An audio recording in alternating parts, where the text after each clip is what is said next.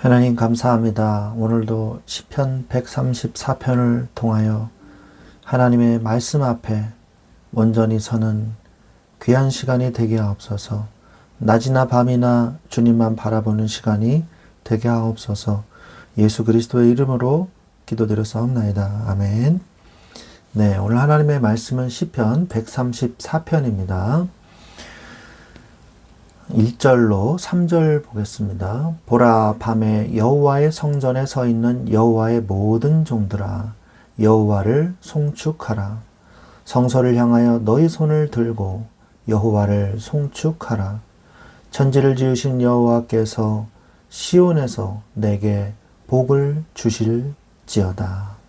아멘. 네, 오늘 시편 134편은 시편 120편에서 세상의 거짓과 다툼을 떠나서 먼 순례길을 걸어왔던 성도들이 마침내 예루살렘 성전에 도착해서 시편 132편에 하나님의 임재를 경험하고 시편 133편에 형제의 아름다운 연합을 누렸습니다. 이제 성전에 올라가는 15개의 이 시편 마지막 결론이자 완결편인 시편 134편은요.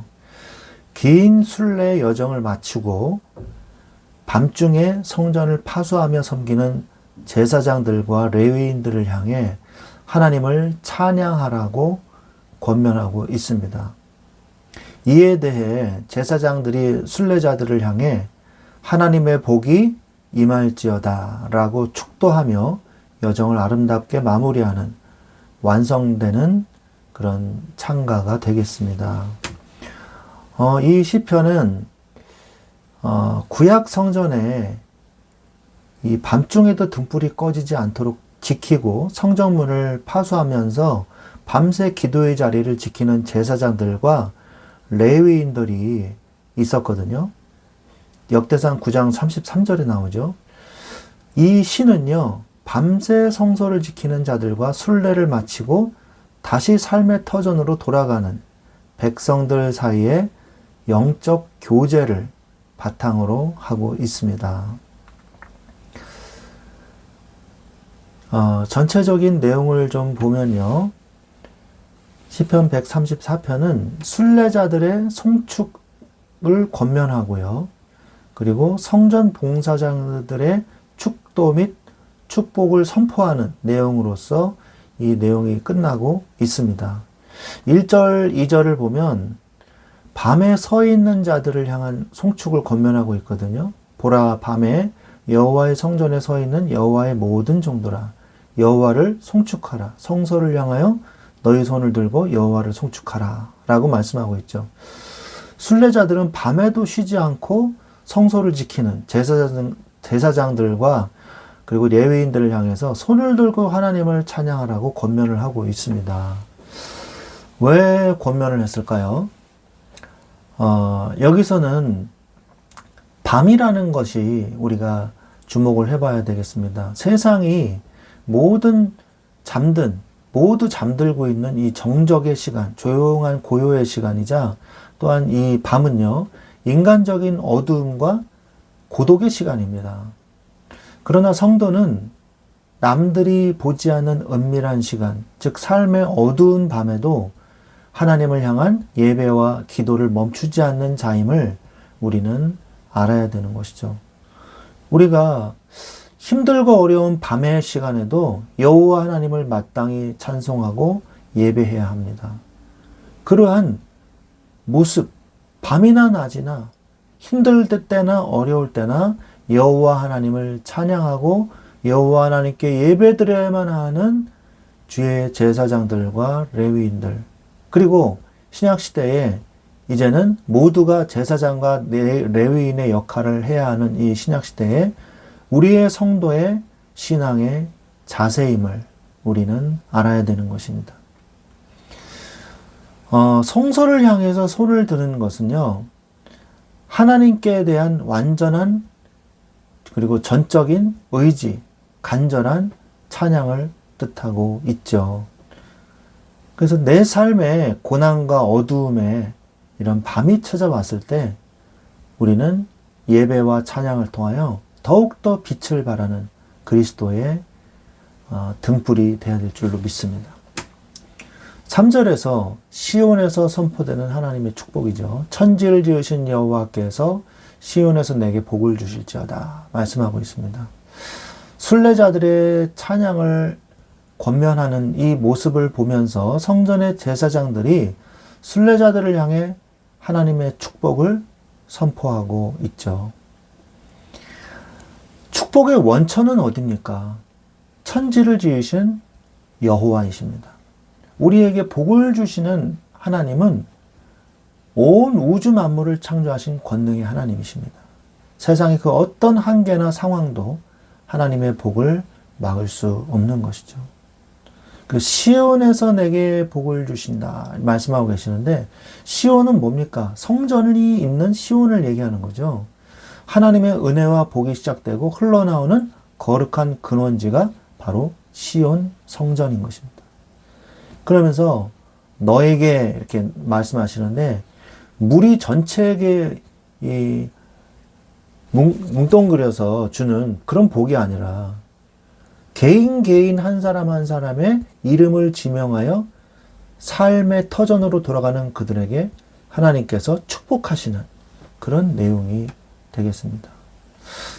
성전에서 하나님을 송축하는 자는 온 우주를 창조하신 하나님으로부터 내 삶의 현장에서 누릴 구체적인 복을 선물로 받고 세상으로 파송되는 것입니다. 우리가 내 삶의 밤에도요, 하나님을 송축해야 돼요. 아까도 말씀드렸지만 인생의 고난과 외로움과 또 질병과 또는 남들이 알지 못하는 밤의 시간, 그 어렵고 힘들고 외로운 그 시간에 불평하지 아니하고 성소를 향해서 손을 들고 기도와 찬양으로 밤을 예배의 시간으로, 은혜의 시간으로 바꾸는 그 은혜의 힘이 우리에게 있어야 될 줄로 믿습니다. 보이지 않는 곳에서 섬기는 이들을 격려하고 축복하는 이 축복을 누리십시오. 교회의 은밀한 곳에서 여러 가지로 헌신하고 있는 많은 사람들이 있지 않습니까? 그 사람들이요, 바로 개인들이요, 영적인 종들을 격려하고 함께 축복해주는 그런 일들이 우리의 삶에서 일어나야 될 줄로 믿습니다. 매일의 삶을 시온의 복을 가지고 살아가십시오. 예배를 마치고 세상으로 나아갈 때, 예배는 예배고 이제 세상 나가서 온갖 인본주의와 권모술수와 세상의 권력으로 아첨하면서 살아남아야지. 이러려면 못하러 하나님이 있습니까? 하나님은요, 천지를 창조하신 하나님이세요. 예배를 마치고 예배로부터 하나님으로부터 오는 하나님의 신령한 복으로 세상을 이기며 세상을 살아가시기를 바랍니다. 바로 하나님이 주시는 거룩한 예배의 축복이 나의 가정과 일터에 나타날 줄로 믿습니다.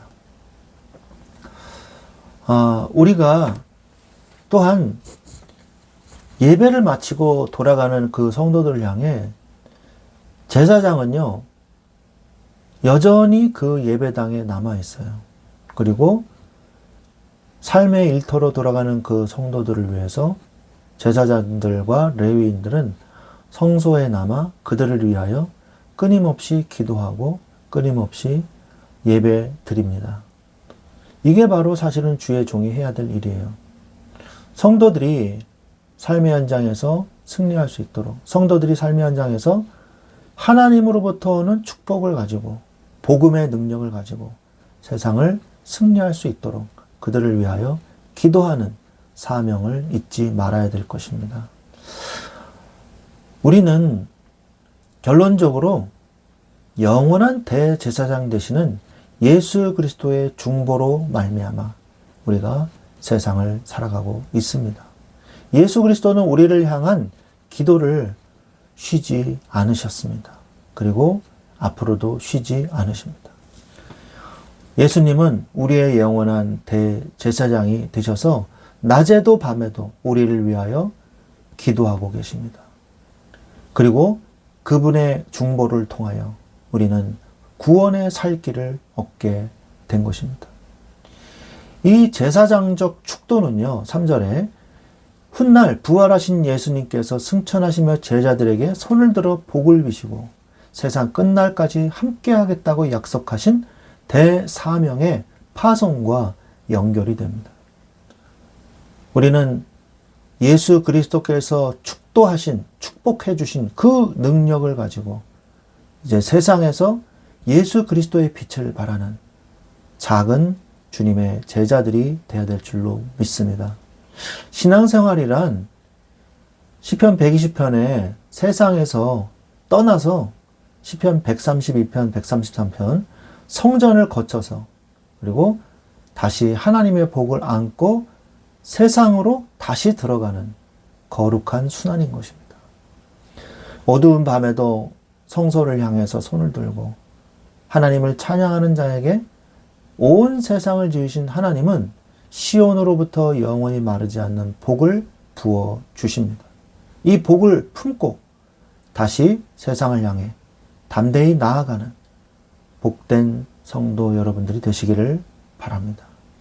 시편 120편에서 이제 내가 이곳을 떠나겠노라, 성전을 향하여 가겠노라 말한 그 기도가요, 이제 하나님의 축복을 가지고 다시 세상 속으로 들어가는, 그러나 주님의 임재하심과 주님의 함께 하심으로 다시 세상에서 들어가 그리스도의 빛을 발하는 여러분들이 되시기를 우리 주 예수 그리스도의 이름으로 간절히 축원드립니다. 아멘.